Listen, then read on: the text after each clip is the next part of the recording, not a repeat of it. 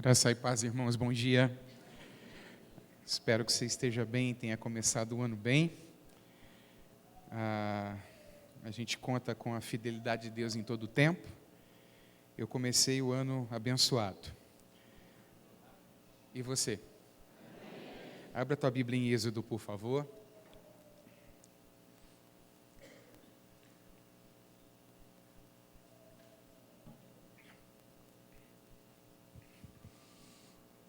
Os desafios da peregrinação é o tema da mensagem nessa manhã.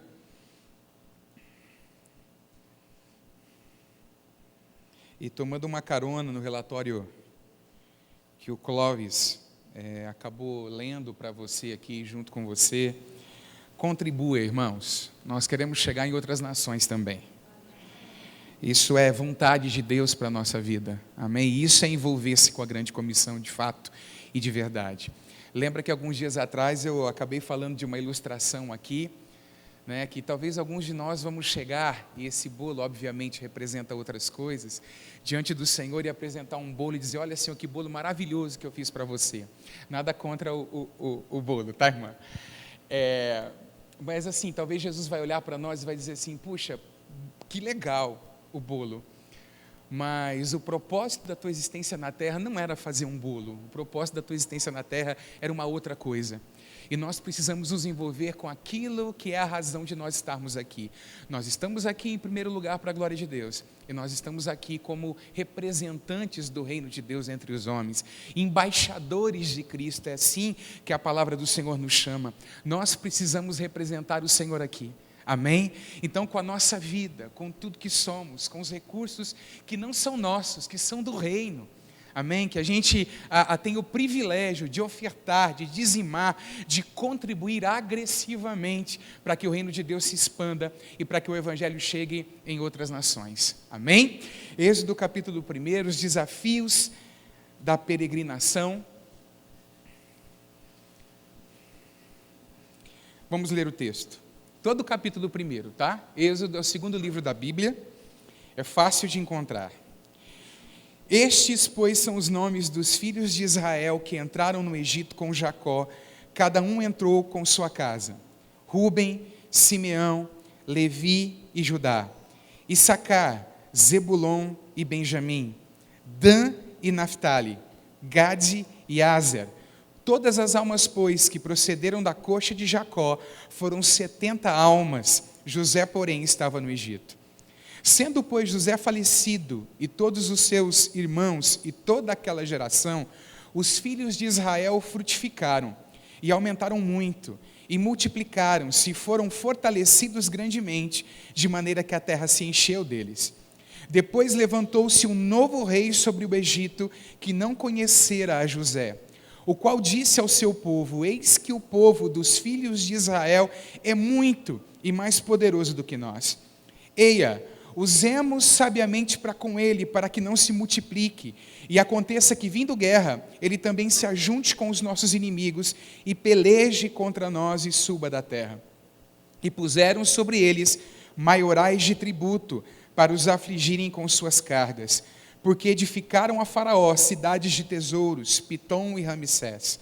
Mas quanto mais o afligiam, tanto mais se multiplicavam e tanto mais cresciam, de maneira que se enfadavam por causa dos filhos de Israel. E os egípcios faziam servir os filhos de Israel com dureza. Assim, lhes fizeram amargar a vida com dura servidão em barro e em tijolos, e com todo o trabalho no campo, com todo o seu serviço, em que os serviam com dureza. E o rei do Egito falou às parteiras das hebreias, das quais o nome de uma era Sifrá e o nome da outra Puá.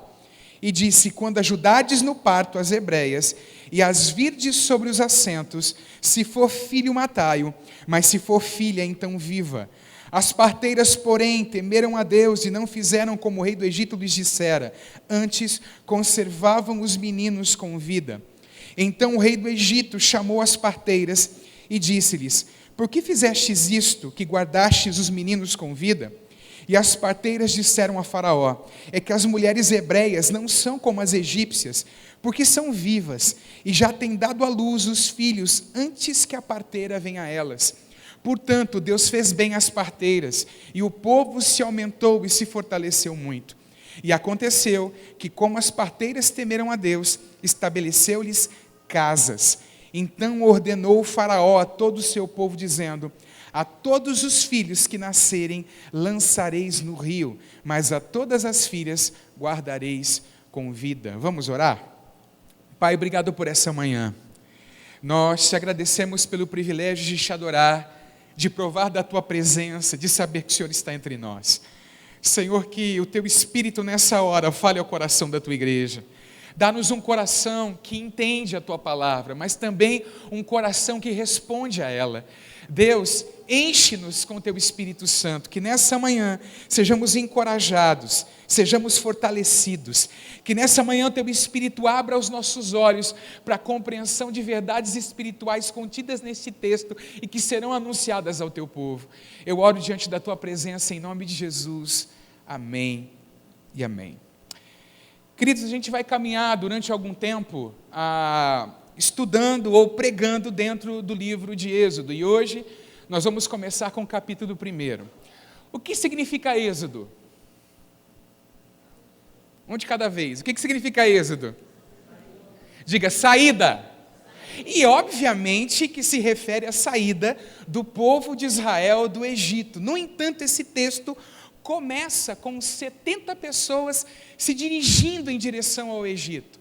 A família de Jacó vai para lá porque havia fome na terra. José já lá estava por providência divina, já ocupava uma posição, vamos dizer assim, como o segundo homem mais poderoso do Egito, e os recebe naquela terra. Eles vão para um lugar bom, começam a crescer naquela terra, se multiplicam, se tornam então peregrinos durante um tempo no Egito. E essa palavra peregrino tem muito a ver com a minha e com a sua vida. Jesus, em uma das suas orações, ele dizia para o Pai nos guardar, porque nós não somos do mundo.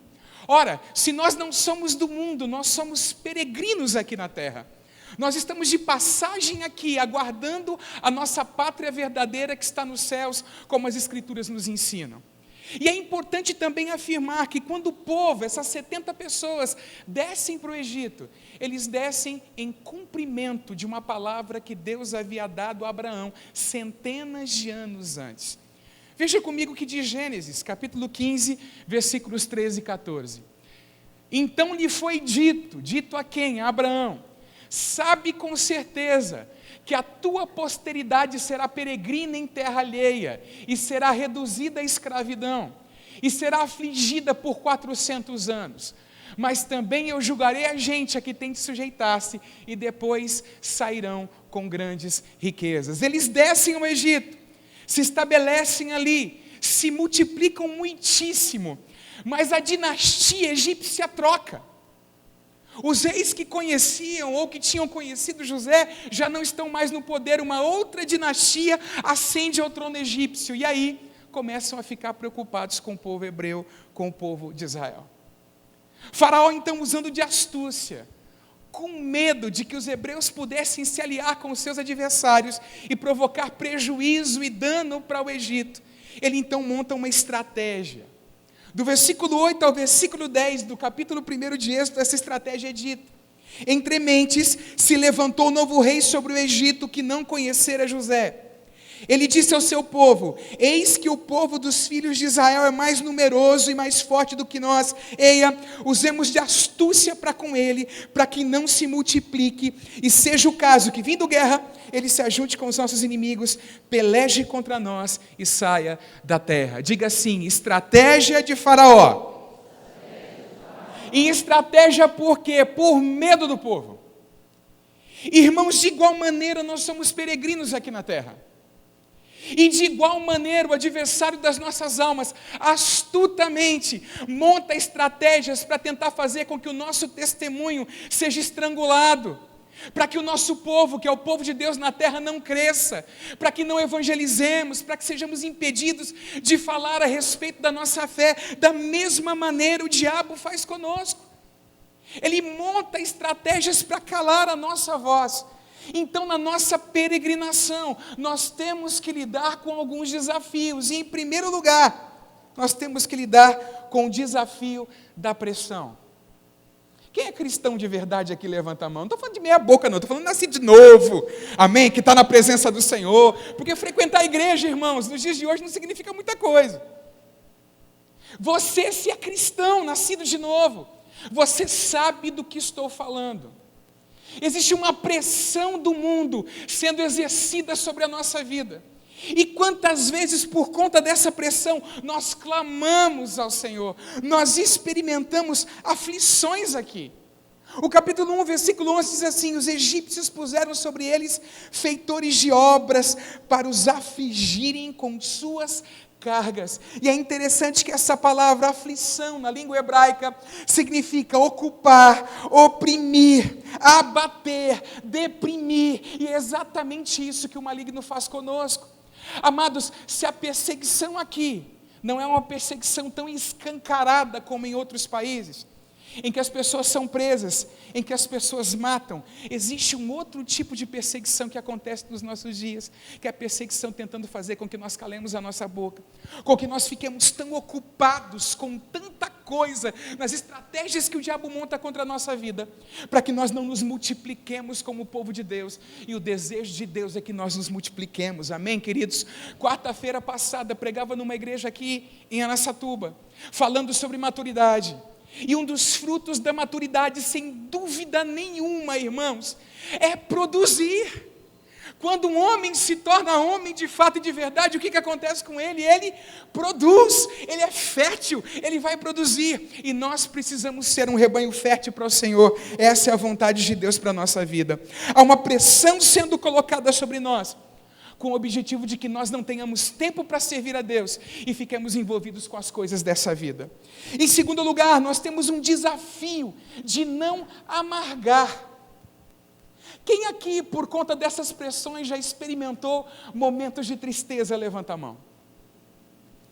Quem aqui já falou: esse mundo cão, Deus manda fogo, queima todo mundo, destrói, volta logo? Quem já viveu, experimentou um momento desse aqui? Se você é cristão, você já experimentou um momento como esse. Todavia, diante da pressão que o inimigo faz sobre a nossa vida, nós precisamos tomar cuidado para não amargar. E o diabo trabalha muito mexendo na questão dos sentimentos. A irmã, quando orava pela missionária hoje, falou sobre orar pela vida emocional, e é verdade. O inimigo tenta atingir, irmãos, as nossas emoções, para que nós tenhamos dias difíceis na nossa vida.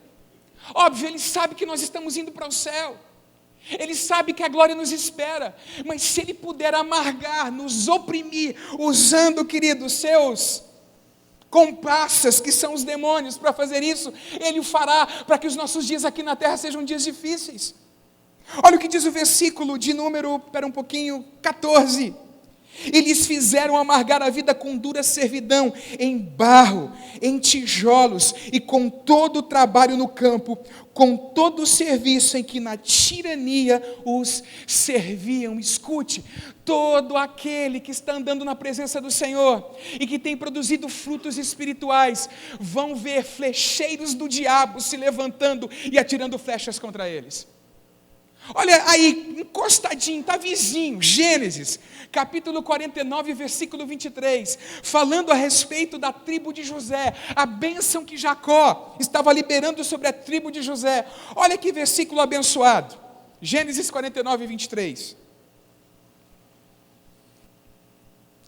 Diz assim: José é um ramo frutífero junto à fonte. Vamos lá, vamos pegar aqui os simbolismos bíblicos.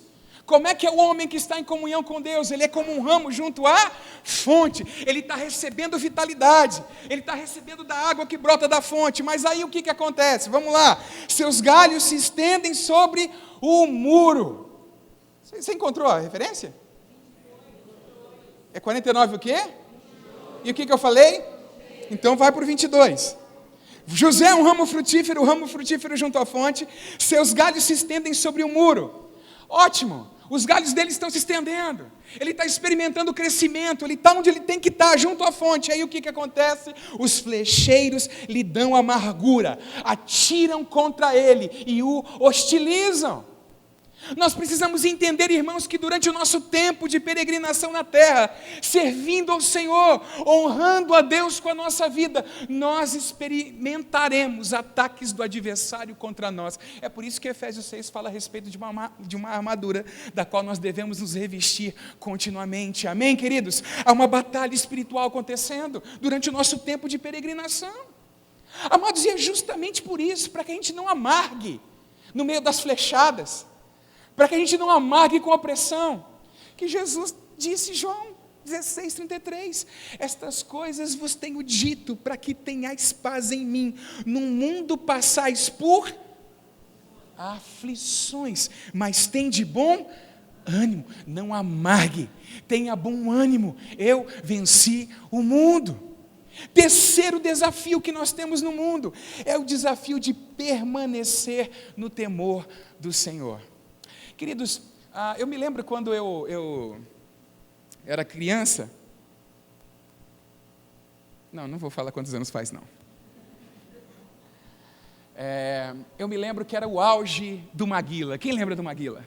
Que lutava e tinha as lutas, passava tal, e a gente achava o máximo, não é verdade? Aí o Maguila um dia foi lutar com um cara lá, tomou acho que no segundo assalto, não sei, já caiu lá e ficou estendido.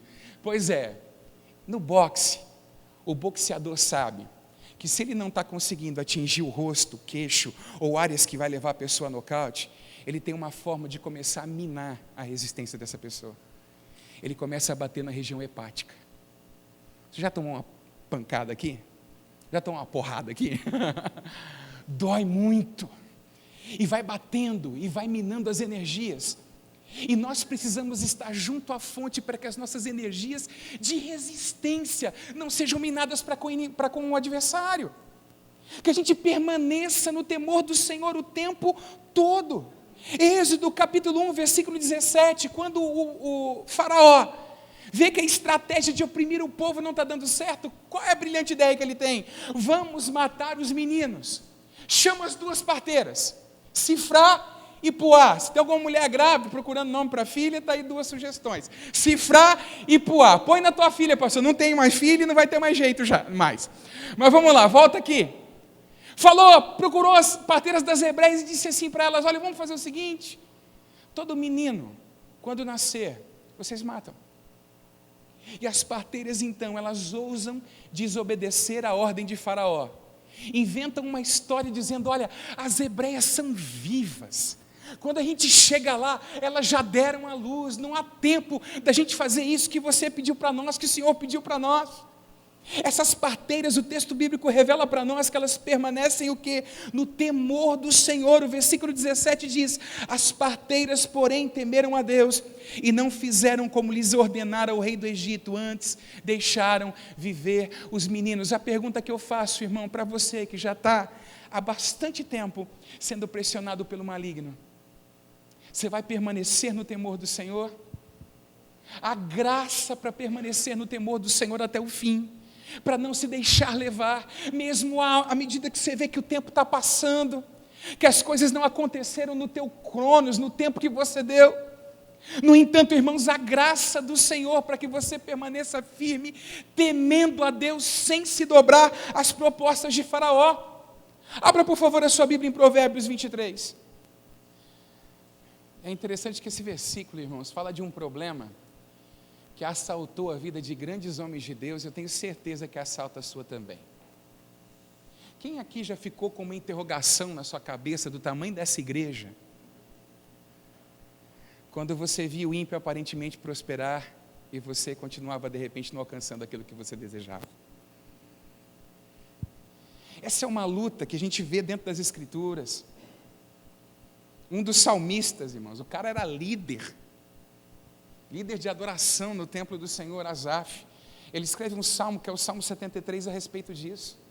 Quase que os meus pés se desviaram, porque eu olhava a prosperidade dos ímpios. E aí então, a solução para isso é entrar na presença de Deus e ver de verdade qual que é o final do ímpio, não é verdade? No entanto, olha o que diz Provérbios 23, 17. Não tenha o teu coração inveja dos pecadores. Olha para o seu irmão e faz assim: não. Para de ficar olhando para o outro, olha para Jesus, fala para ele. Não, não, não, não.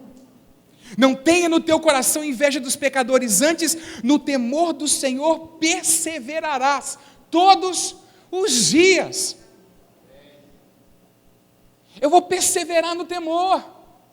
Eu estou sendo pressionado, de repente da esquerda e da direita está crescendo, eu não estou vendo o meu crescimento, e na verdade essas coisas são muito relativas. Às vezes um período em que você está ali parado, é um período que você está mais crescendo do que em outro que você achou que estava.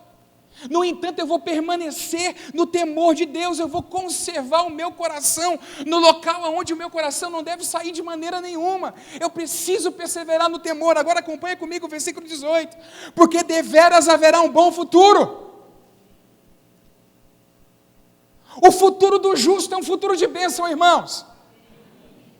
Vamos continuar. Não será frustrada a tua esperança. Aqueles que têm depositado a esperança no Senhor não verão a sua esperança afundando, amém? A sua esperança não será frustrada, porque quem fez promessa é fiel.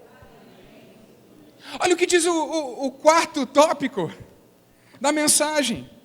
Ao desafio de permanecer firme nas promessas. Quais eram as duas promessas que Deus havia dado ao povo? Vitor, você consegue voltar para Gênesis 15, por favor? Isso. Então lhe foi dito, sabe com certeza, que a tua posteridade será peregrina em terra alheia, e será reduzida à escravidão, e será afligida por 400 anos. Mas também eu julgarei a gente que tem de sujeitar-se, e depois sairão com grandes riquezas. Se a gente lembrar de Abraão, e se a gente lembrar de todo o motivo pelo qual Abraão sai da sua terra, da sua parentela, da casa de seu pai, e começa as peregrinações, a gente vai lembrar que havia uma promessa de terra. Mas aqui para Abraão é dada uma promessa de libertação. E amados, nós precisamos permanecer firmes nas promessas do Senhor para com a nossa vida. Sabe por quê? Há uma promessa que foi feita a nós, que é a promessa da vinda de Jesus. Note que geralmente esse texto aqui é usado para apontar a redenção como saída do mundo. Eu estou apontando aqui a redenção como saída do mundo e entrada na glória. Amém, queridos? A gente precisa aprender a descansar nas promessas, a tirar força do Senhor para continuar firme nelas. Olha o que diz Hebreus 10, 35 e 36. Não abandoneis, portanto, a vossa confiança. Ela tem grande galardão, com efeito, tendes necessidade de perseverança, para que, havendo feito a vontade de Deus, alcanceis a promessa. Eu me lembro quando minha sobrinha era pequena, e eu tinha saído e tinha dito que eu ia trazer algo para ela, e quando eu cheguei em casa, depois de eu ter saído, ela estava no portão, esperando aquilo que eu disse que traria. Na verdade, a gente precisa cultivar essa mesma atitude e disposição com relação às promessas que o Senhor nos fez, velando em oração e esperando que a promessa se cumprirá na nossa vida, amém? A promessa de que Ele nos tirará da pressão do mundo, que Ele nos tirará do lugar da aflição e nos introduzirá num lugar onde não há choro, onde não há angústia, onde não há pressão de maneira alguma, amém, queridos? Quais são as verdades das quais eu não posso me esquecer? Em primeiro lugar, o tempo de peregrinação chegará ao fim. Abra a tua Bíblia em Hebreus 10, 37, por favor. Não precisa, está aqui. Vamos ler todos juntos? Vamos lá? Porque ainda dentro de pouco tempo, aquele que vem virá e não tardará. Ora, os tempos de maior pressão era o tempo que antecedia a saída do povo da terra do Egito. Quantos anos Israel foi escravo no Egito?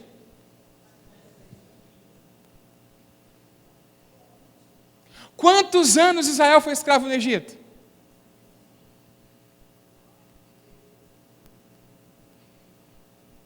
Quando eles vão para lá, eles não eram escravos. Eles são estabelecidos no delta do Nilo. Eles têm liberdade para pastorear, criar o seu gado, para viver na terra. A opressão começa quando troca a dinastia faraônica. Os especialistas acreditam que foi um tempo em torno de 150 anos em que eles amargam a opressão daquela forma.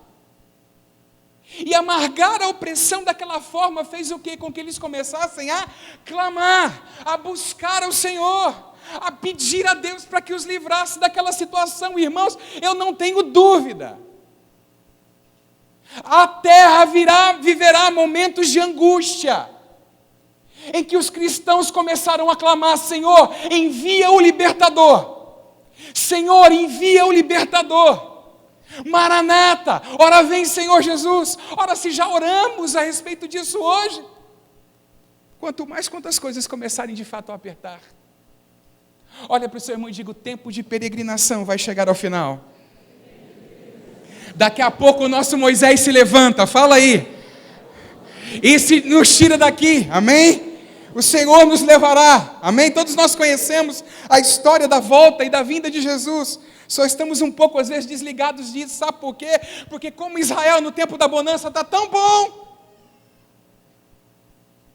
Está tão bom aqui. Está gostoso. Está ótimo aqui.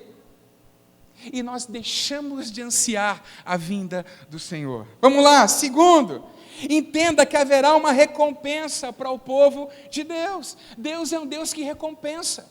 Aqueles que permanecerem firmes, irmãos, aqueles que pela graça de Deus segurarem as pontas, vencerem a opressão e as dificuldades, o texto bíblico ensina para nós que eles serão recompensados, aqueles que manterem o temor até o final. Ora, o que aconteceu com as parteiras? Êxodo 1, 20 e 21, e Deus fez bem às parteiras, e o povo aumentou e se tornou muito forte, e porque as parteiras temeram a Deus, Ele lhes constituiu família. Amém? Deus recompensa aquele que persevera no temor do Senhor. Em terceiro lugar, no final da peregrinação, entraremos no nosso país. Quem está preocupado com a reforma da Previdência? O meu filho levantou a mão lá atrás. Nem começou a trabalhar ainda.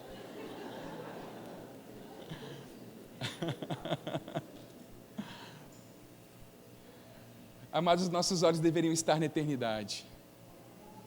Amém? Porque quem governa lá não é Lula, graças a Deus. Não é Bolsonaro, graças a Deus.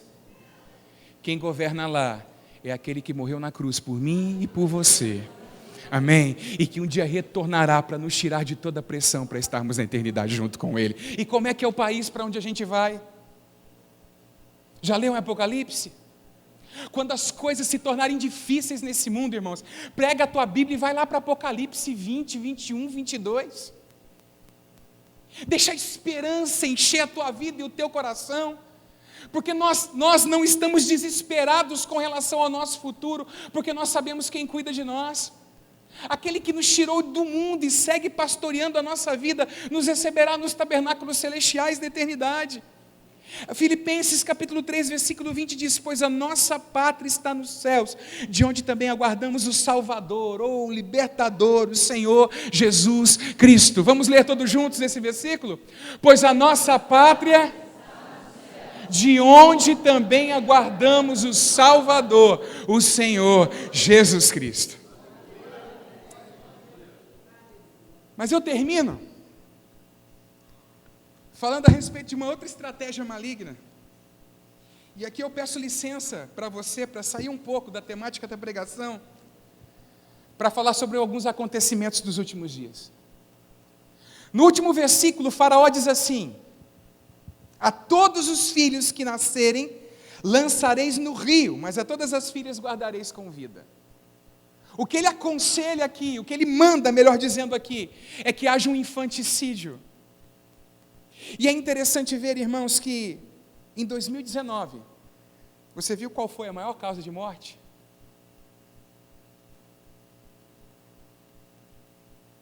Em 2019, a maior causa de morte foi o aborto. Mais de 42 milhões de crianças abortadas no mundo, segundo o Worldometers, que é um órgão que faz a contagem disso, que rastreia isso. Segundo a Organização Mundial da Saúde, todos os anos do mundo há cerca de 40 a 50 milhões de abortos. Isso corresponde, irmãos, a cada dia, a cada período de 24 horas, 125 mil abortos. A atriz Michelle Williams, recebendo o prêmio no Globo de Ouro pela atuação na série Fausse Verdon, acreditou seu sucesso em Hollywood, um aborto que fizeram no passado. Ela recebeu o prêmio e disse que se ela não tivesse praticado um aborto no início, ela não poderia estar recebendo o prêmio dela naquele momento.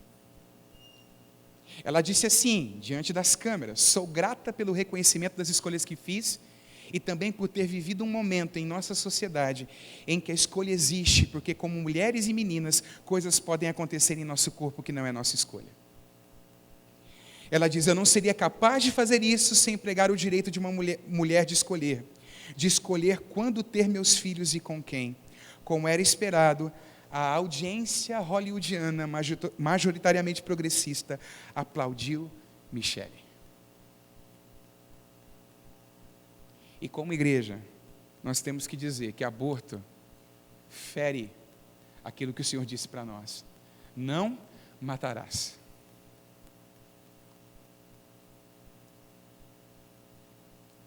Eu termino essa mensagem nessa manhã dizendo para você que esse ano é ano da gente escolher prefeito, é ano da gente escolher vereador, é isso mesmo? Que você veja bem, o partido a quem o prefeito e o vereador que você vai votar está ligado. Se porventura esse tipo de ideologia não faz parte das crenças dele. Fica de pé em nome de Jesus.